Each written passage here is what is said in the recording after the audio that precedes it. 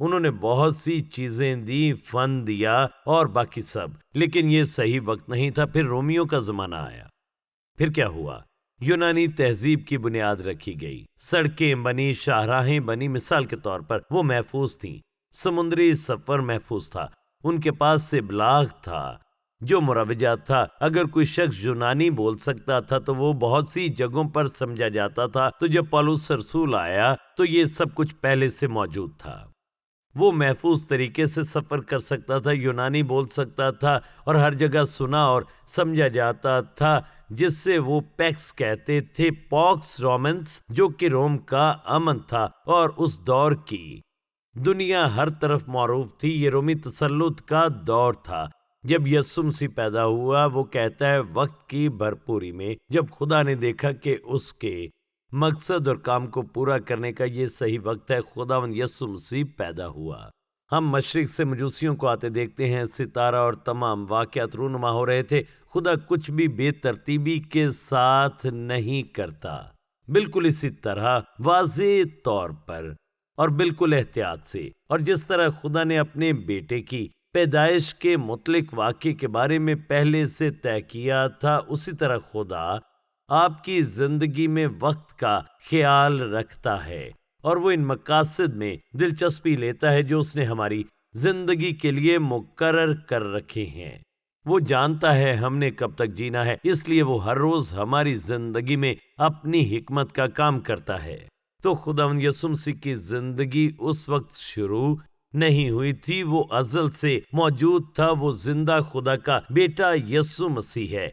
ایک خاص وقت پر وہ پیدا ہوا، جس کے بارے میں بائبل کہتی ہے وقت کی بھرپوری میں، یعنی جب خدا نے سب کچھ ترتیب دیا تھا۔ اب اگر ہمارے پاس وقت ہوتا تو ہم فلسفے کو بھی دیکھتے اور سفر اور مواصلات پر غور کرتے اور مذہب کو دیکھتے۔ مثال کے طور پر ان دنوں میں جن میں یسوع کی پیدائش ہوئی، بہت سے دیوتا تھے جن کی وہ پوجا کرتے تھے، لیکن وہ اپنے ان معبودوں سے مایوسی کا احساس رکھتے تھے۔ تو اس طرح یسوع مسیح عین وقت پر پیدا ہوا۔ اس میں نہ صرف خدا کی حکمت نظر آتی ہے بلکہ اس اعلان میں بھی خدا کی حکمت نظر آتی ہے۔ آپ ایک لمحے کے لیے لوکا 2 باب دیکھیں اور آپ کو یاد ہوگا کہ جب فرشتہ 10ویں آیت میں آتا ہے، مگر فرشتہ نے ان سے کہا ڈرو مت، کیونکہ دیکھو میں تمہیں بڑی خوشی کی بشارت دیتا ہوں جو ساری امت کے واسطے ہوگی۔ ایسا نہ ہوتا تو اس نے یہ بات نہ کہی ہوتی۔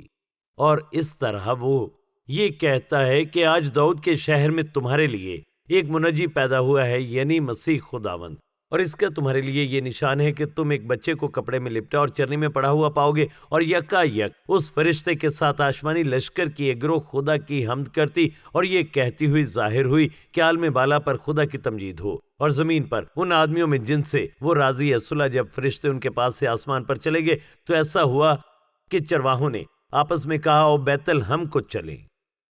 اور یہ بات جو ہوئی ہے اور جس کی خداوند نے ہم کو خبر دی ہے، دیکھیں ان کے ذہنوں میں کوئی سوال نہیں تھا۔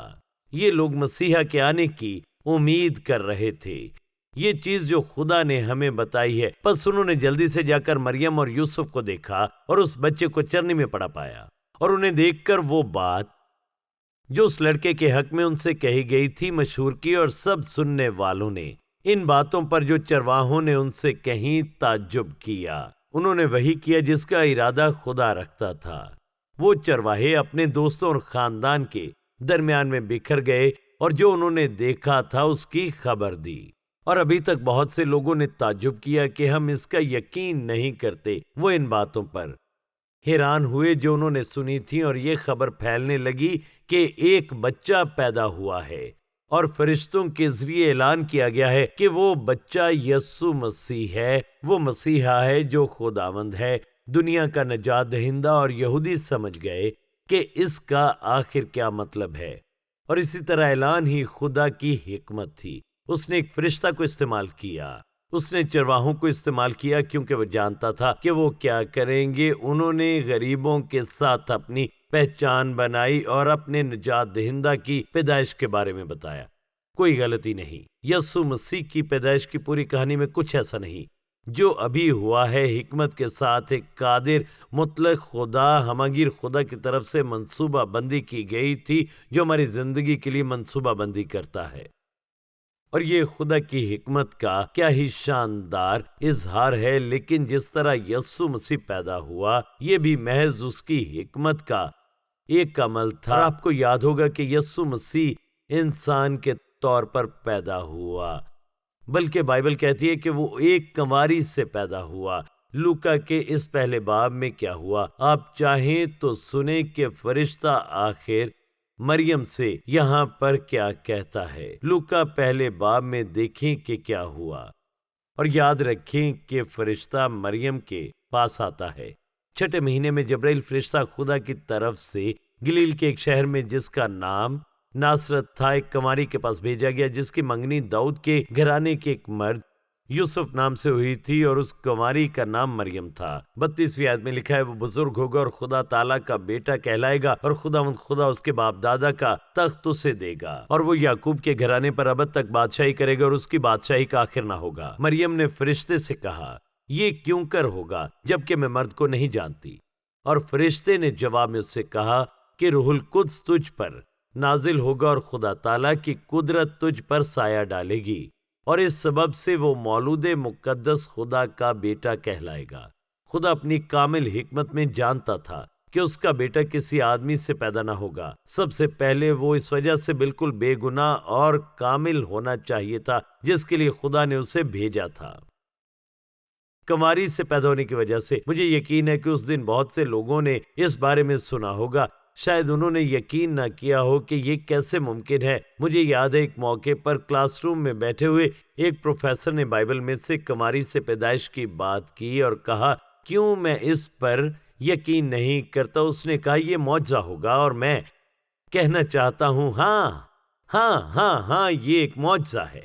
یسوع مسیح کی کنواری سے پیدائش کا معجزہ، خدا کے روح نے سایہ ڈالا اور خدا کے بیٹے کو جنم دیا، کیونکہ سب سے پہلے یہ اس کی زندگی کا آغاز نہیں تھا، یہ اس کی زمینی زندگی کا آغاز تھا مگر زندگی کا نہیں، کیونکہ میکا اور پرانے عہد نامے کے کچھ حوالوں میں اس سے وہ شخص کہا گیا جو ازل سے ابد تک ہے۔ یسوع مسیح کی کوئی ابتدا نہیں، وہ الفا اور اومیگا ہے، اس کی کبھی ابتدا نہیں ہوئی نہ کبھی انتہا ہوگی۔ اس کے بارے میں حیرت انگیز بات یہ ہے کہ وہ لافانی ہے، لہذا وہ کنواری کے رحم میں شروع نہیں ہوا، وہ ایک آدمی یوسف کی طرف سے نہیں آیا تھا، لیکن خدا کے روح نے اس عورت کے اندر زندگی ڈالی جو خدا کے بیٹے کی ذات تھی۔ جب میں خدا کی حکمت کے بارے میں سوچتا ہوں تو اس نام پر بھی غور کرتا ہوں جو اسے دیا گیا۔ فرشتے نے کہا اس کا نام یسوع رکھنا، اسی طرح مریم نے جب اس سے یسوع کہا۔ فرض کریں آپ کہتے ہیں اس میں آخر کیا حکمت ہے؟ سب سے پہلے یاد رکھیں ان دنوں یہ ایک عام نام تھا، یہودی لڑکوں کا نام یسوع رکھا جاتا تھا۔ یسوع سب سے پہلے غریب لوگوں کے ساتھ اپنی پہچان بناتا ہے۔ اس نے آخر بپتسمہ کیوں لیا؟ کیا وہ گنہگار تھا؟ بالکل نہیں۔ اس نے اس لیے بپتسمہ نہیں لیا کہ وہ گنہگار تھا، اس نے بپتسمہ لیا تاکہ وہ گنہگار بنی رہو، انسان کے ساتھ اپنی پہچان بنائے، اس لیے نہیں کہ اسے معاف کرنے کی ضرورت تھی یا اسے کسی چیز سے معافی ملنی تھی۔ اور جب اس کے نام کی بات آتی ہے تو اس کا نام کیا ہے؟ یسوع عبرانی میں یشوع، اس کا مطلب ہے یہوہ کی نجات۔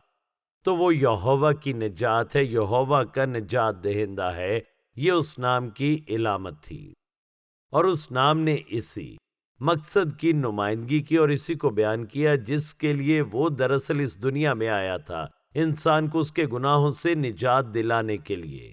لیکن آپ اس سب میں اس کی حکمت کا سب سے عظیم اظہار دیکھتے ہیں، اور یہی وہ مقصد ہے جس کے لیے وہ آیا تھا۔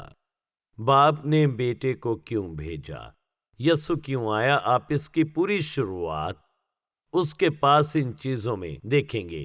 تو وہ کیوں آیا؟ یسوع مسیح صلیب پر مرنے کے بنیادی مقصد کے لیے خدا کے برے کے طور پر اس دنیا میں آیا۔ وہ ایک نمونے کے طور پر آیا، یقیناً مقدس اور خدا پرستانہ زندگی کا ایک نمونہ، لیکن یہ واحد وجہ نہیں تھی۔ اس کی واحد اور بنیادی وجہ یہ تھی کہ بہتوں کا فدیہ ادا کرے، اور اس طرح جب آپ خدا کی حکمت کو دیکھیں تو سوچیں، یہاں خدا کی حکمت کا خوبصورت اظہار ہے۔ صرف خدا باپ، خدا بیٹے اور روح القدس کو انسان کی ابتدا سے پہلے بات کرتے ہوئے دیکھیں، یہ جانتے ہوئے کہ انسان گرے گا، ہم انسان کو کیسے چھڑائیں گے۔ اب یقیناً انہیں اس کے بارے میں سوچنے کی ضرورت نہ تھی۔ اس بارے میں سوچیں، ہم انسانوں کو کیسے چھڑائیں گے، یہاں ہم کیا کریں گے۔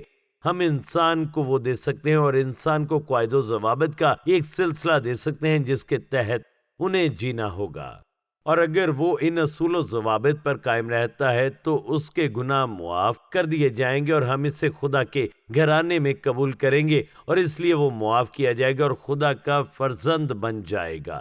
لیکن انسان گناہ کی فطرت کا حامل ہے، وہ ان تمام اصولوں پر قائم نہیں رہ پائے گا۔ اس کے علاوہ اس بات کا زیادہ امکان ہے کہ وہ اصول و ضوابط کو پورا نہیں کر پائے گا اور اس سے تقسیم ہوگی، اور آدمی یہ نہیں کر سکتا، اور شاید وہ ان کے ساتھ متفق ہو جائے۔ تو کیا انسان صرف اپنے چال چلن میں اچھا ہو کیونکہ اس کی فطرت گناہ ہے؟ ہم جانتے ہیں کہ وہ اپنے طرز عمل اور برتاؤ میں اچھا نہیں ہو سکتا کیونکہ وہ ایسا نہیں کر سکتا، اس کی فطرت میں گناہ ہے اور وہ خدا سے جدا ہونے والا ہے۔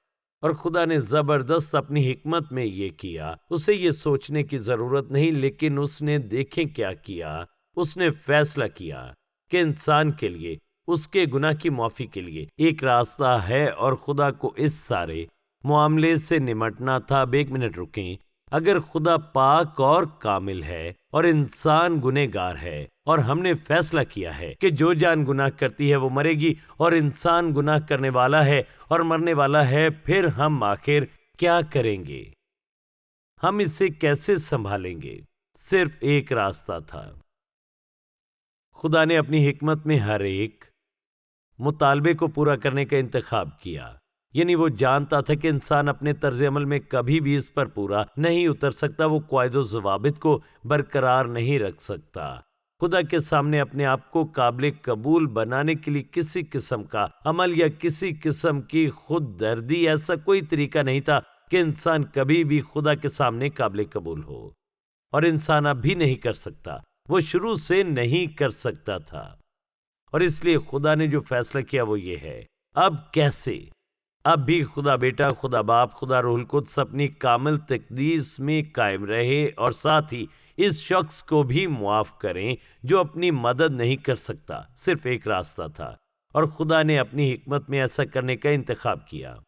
خدا باپ، خدا بیٹا، خدا روح القدس نے یہ فیصلہ کیا، یسوع مسیح خدا کا بیٹا جو خدا ہے خود اس دنیا میں آئے، کنواری سے وہ پیدا ہو، انسانوں کے درمیان رہے، اور بالآخر صلیب پر جان دے، اور اس صلیب پر اپنی جان کا فدیہ دے۔ قربانی کا برہ